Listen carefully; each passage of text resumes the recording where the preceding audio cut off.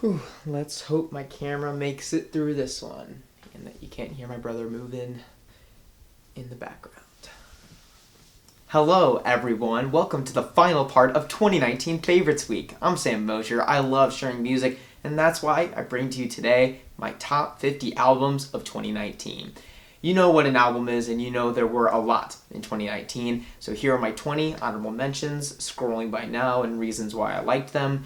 Making an albums list is weird because unlike movies or TV, listening to an album is fortunately not a matter of access. Thank God I don't have to pay $12 every time I want to listen to an album, and thankfully there aren't major exclusive albums on different music streaming services. That's a nightmare's future if I've ever heard one.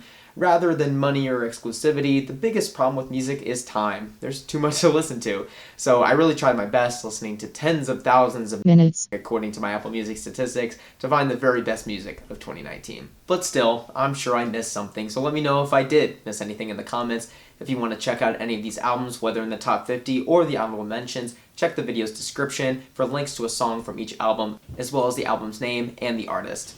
Alright, enough preamble, let's get to it. Here are my top 50 albums of 2019. So excited to share them with you guys. Forgive me if I have to go quickly through a few. At number 50 is the well-produced avant-garde When I Get Home by Solange. At 49 is the highly conceptual Eve from Rhapsody, where she again shows off her poetic rapping chops.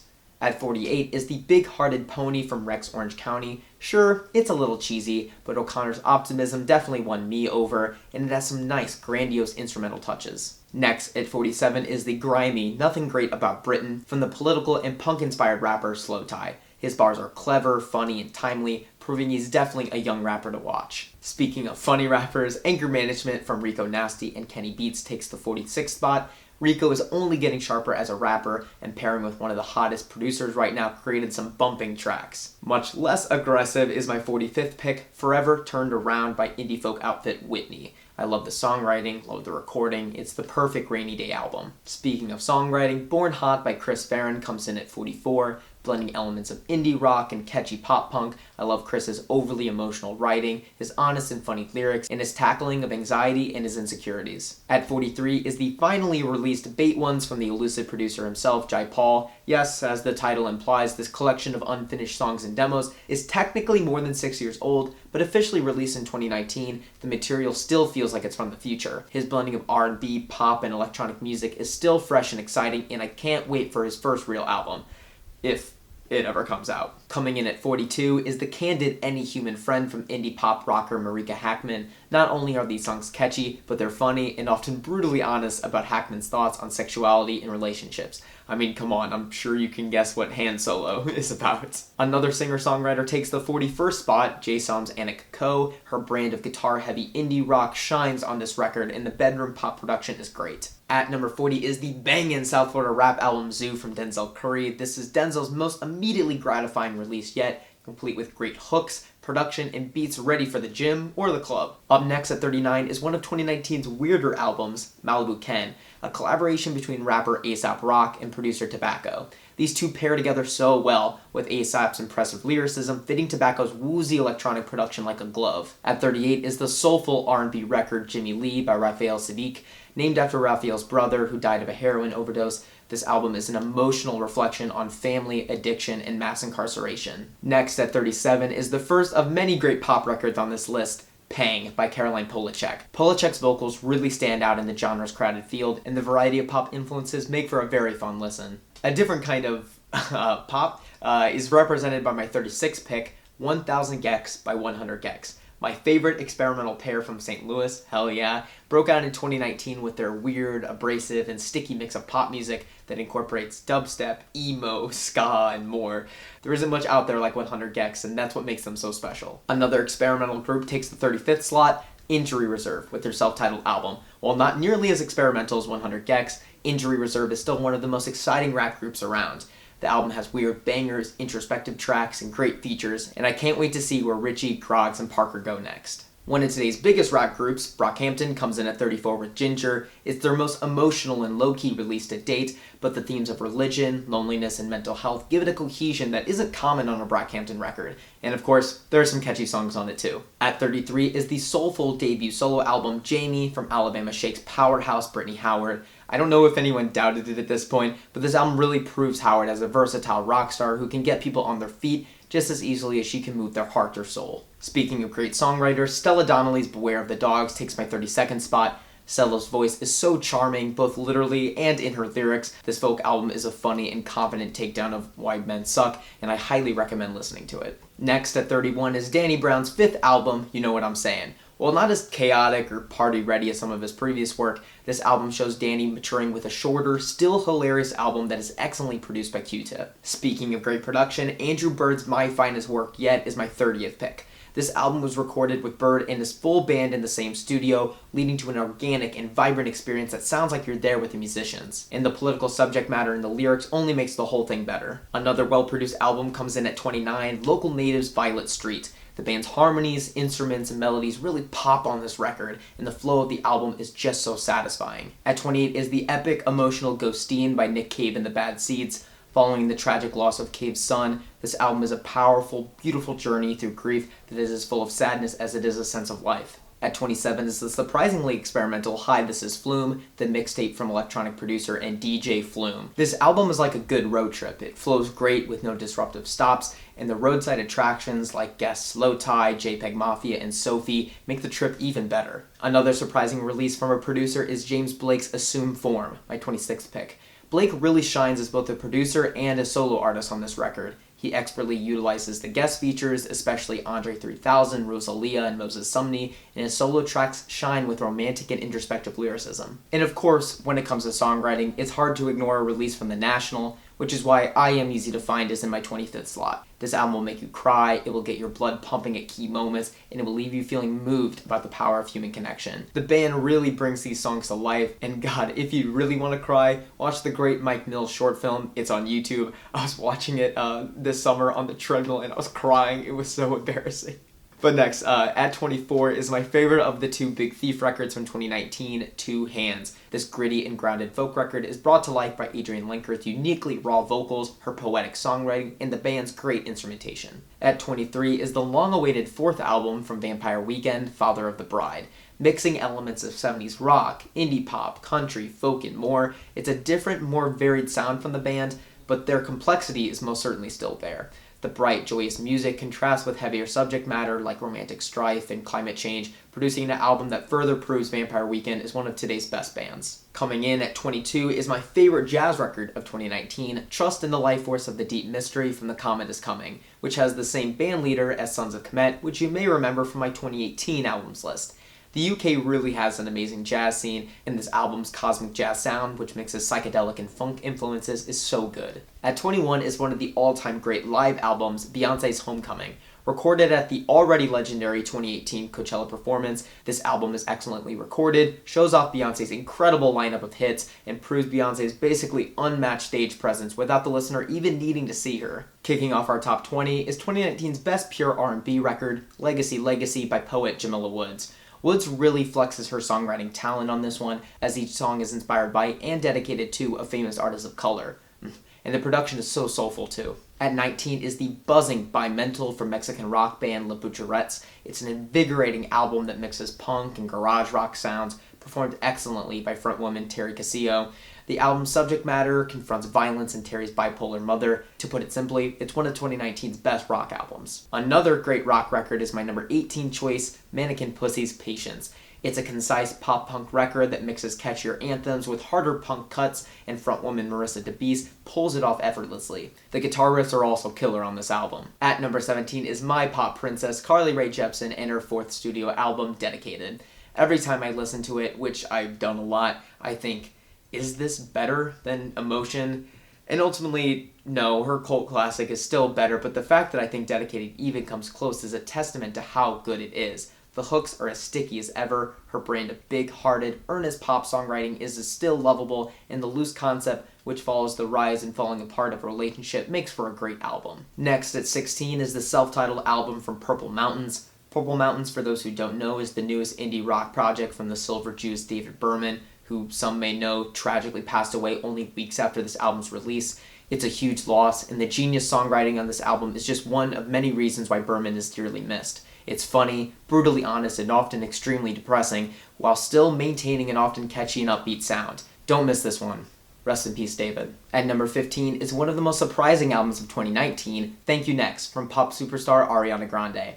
I wouldn't have considered myself a huge Ariana fan before this album, but here I am. This project is Ariana's closest attempt at pure R&B, and the final product is great. Her vocals are as gorgeous as ever, and the vulnerable post-breakup lyrics pair well with the beats. Of course, there are some very catchy cuts on this one too. At 14 is Magdalene by experimental pop artist FKA Twigs. This album gave me my favorite song of 2019, check out that video, sorry to spoil it, and many other great songs as well. As we've come to expect from Twigs, this breakup album is often alien in its beauty, but it's beautiful nonetheless. I love the delicate yet strong vocal delivery, and the album's tale of love, loss, and transformation is something to behold. At 13 is an unsurprisingly great album, Bandana, the second team-up by rapper Freddie Gibbs and producer Madlib. Like Pinata before it, Gibbs' bars and Madlib's beats go together like lost pieces of a puzzle. Unlike Pinata though, Gibbs outshines Madlib on Bandana. Not necessarily a bad thing, as his flow and delivery sound more confident than ever. His drug tales and political themes make Gibbs one of 2019's best hip-hop voices. Speaking of great hip-hop voices, my number 12 pick is Little Simz' Grey Area, another one of 2019's great UK rap records. Simz shines on this versatile record that jumped from fuzzy jazz rap to slower poetic R&B to cold freestyle verse spitting. She's an amazing musical personality who champions self-confidence and feminism, and the organic instrumentals elevate the songs even more. Another rap album comes in at 11, this one more experimental. It's All My Heroes Are Cornballs by JPEG Mafia. Hilarious, political, incongruous, yet cohesive, this album is classic Peggy, yet still his most accessible work to date. It preserves what makes him unique as an artist, it has that weirdo charm of his previous work, but it also adopts more melodic song structures, singing, and fewer abrasive sounds. Peggy just keeps going up, in my opinion. Alright, now we're in our top 10, and starting us off is the instrumental odyssey and embarrassment of riches by indie quartet The Night Watch. This epic cinematic album mixes classical music and heavy metal to create a loose narrative following an explorer shipwrecked on a mysterious island. I know that's a lot to say out loud, but it's a joy to listen to, and the group's expert chemistry makes the pieces all fit together perfectly. Now, speaking of orchestras, at number 9 is All Mirrors by St. Louis's own Angel Olsen. This album finds the indie artist quite literally broadening her sound with a 12-piece string orchestra that helps bring her music to new mountainous heights. The sound matches the lyrics' emotional sentiments about romance and Olsen's passionate delivery. Let's get Olsen to do the next Bond song. Doesn't that sound awesome? At number 8 is the horror-inspired There Existed an Addiction to Blood by experimental rap group Clipping. The group's affinity for narrative rap and industrial noise pairs perfectly with a horror aesthetic. Most importantly, the album is never gimmicky. It's not just something you're going to put on once a year around Halloween, although it is good for that. Instead, it's an intense, visceral album dedicated to the horror genre, complete with scary intermissions, violent and gory lyrics with political themes, as well as a clear love for horror movies and a consistently menacing delivery from rapper Daveed Diggs. Yes, the guy from Hamilton. He's like Michael Myers on this album, stalking the listener with his machine-like flow. It's so good. My number 7 choice goes to one of 2019's breakout stars, Lizzo, in her major label debut, 'Cause I Love You. A thoroughly entertaining mix of pop, soul, R&B, hip-hop, and funk. Lizzo is a talent, plain and simple. She has an amazing voice, a commanding personality that is as confident as it is lovable, and a great sense of charming humor. I love the range of themes, including feminism and sexual positivity, and the 2 features, Missy Elliott and Gucci Mane, are used for perfect effect. This album makes it clear why 2019 was Lizzo's year. Well, not just Lizzo's year, because my number 6 pick goes to 2019's other breakout star, Billie Eilish, and her debut album, When We All Fall Asleep, Where Do We Go? The child superstar shocked a lot of critics, at least me, with an album that I wanted to hate but couldn't help loving. Billie's nonchalant, often borderline ASMR delivery is totally hers, and her brother's avant-garde production, which incorporates heavy bass, trap beats, and electro-pop touches, makes Billie sound unlike anything in mainstream pop. It's catchy, it's weird, and ultimately, it's an intimate sound, which is why I think so many people fell in love with Billie in 2019. Now, starting off my top 5, the first of 5 albums that are either 9s or 10s in my book is Pup's Morbid Stuff. Without a doubt in my mind, this is the well-acclaimed Canadian punk band's best work to date. Every song is a catchy banger, laden with hilarious one-liners, amazing guitar riffs, and exhilarating percussion. It's also their most accessible work to date, with a sound that's closer to pop punk than ever before, while never embracing that subgenre's cheesy characteristics. Hearing frontman Stefan Babcock confront his own mortality is as powerful as it is fun, and it created one of my most played albums of 2019. But my most played album of 2019, at least according to Apple Music, is Charli, the third studio album by pop darling Charli XCX. Charli has been making waves in pop music for years, for fusing futuristic experimental pop influences with bubblegum catchy songwriting, and Charli is her best example of that yet. Not only are the songs anthemic bops, but Charli proves better than ever before that she can do it with friends too. I mean, this thing has a laundry list of features. Lizzo, Christina and the Queens, Troye Sivan, Jaime, Cupcake, and more. And Charli uses each of them excellently. This album somehow makes 15 tracks sound like 8 or 9. It's just so replayable, and obviously my statistics represent that. And number 3 is another example of an artist's best work to date. It's Lana Del Rey's Norman fucking Rockwell. Take that, YouTube, I said it. Who knew Lana had this in her? I'll admit, personally, I didn't. I've never loved her previous work, and then bam, she's in the discussion for Best American Songwriter working today. I mean, it's truly incredible stuff. Norman fucking Rockwell, sorry YouTube, I'm just gonna keep saying it, demonetize me, takes Lana's love for American culture and nostalgia to the next level as it mixes in a biting wit, necessary commentary, and a nice dash of jaded romanticism. The production is excellent, thanks to Mr. Antonoff as always. I love the psychedelic influences as well as the clear odes to 70s rock.